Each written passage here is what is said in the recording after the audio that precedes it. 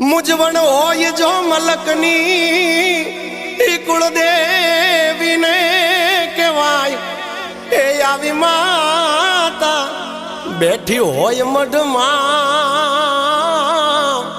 ए पछी बीजे जईनो ब्याय आवी माता बैठी होय मढमा ए पछी बीजे जईनो ब्याय।